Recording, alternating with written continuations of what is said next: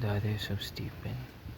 Stephen, a man richly blessed by God and full of power, performed great miracles and wonders among the people.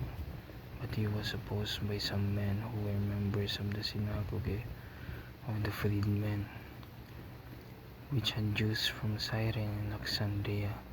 They and the other Jews from the province of Cilicia and Asia started arguing with Stephen.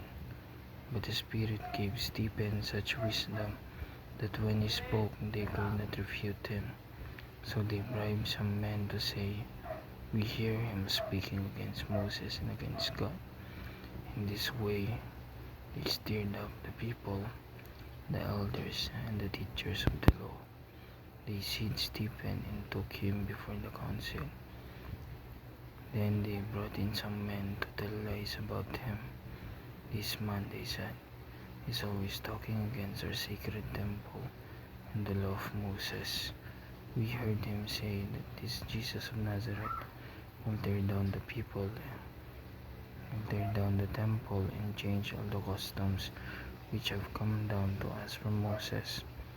All those sitting in the council fixed their eyes on Stephen and saw that his face looked like the face of an angel.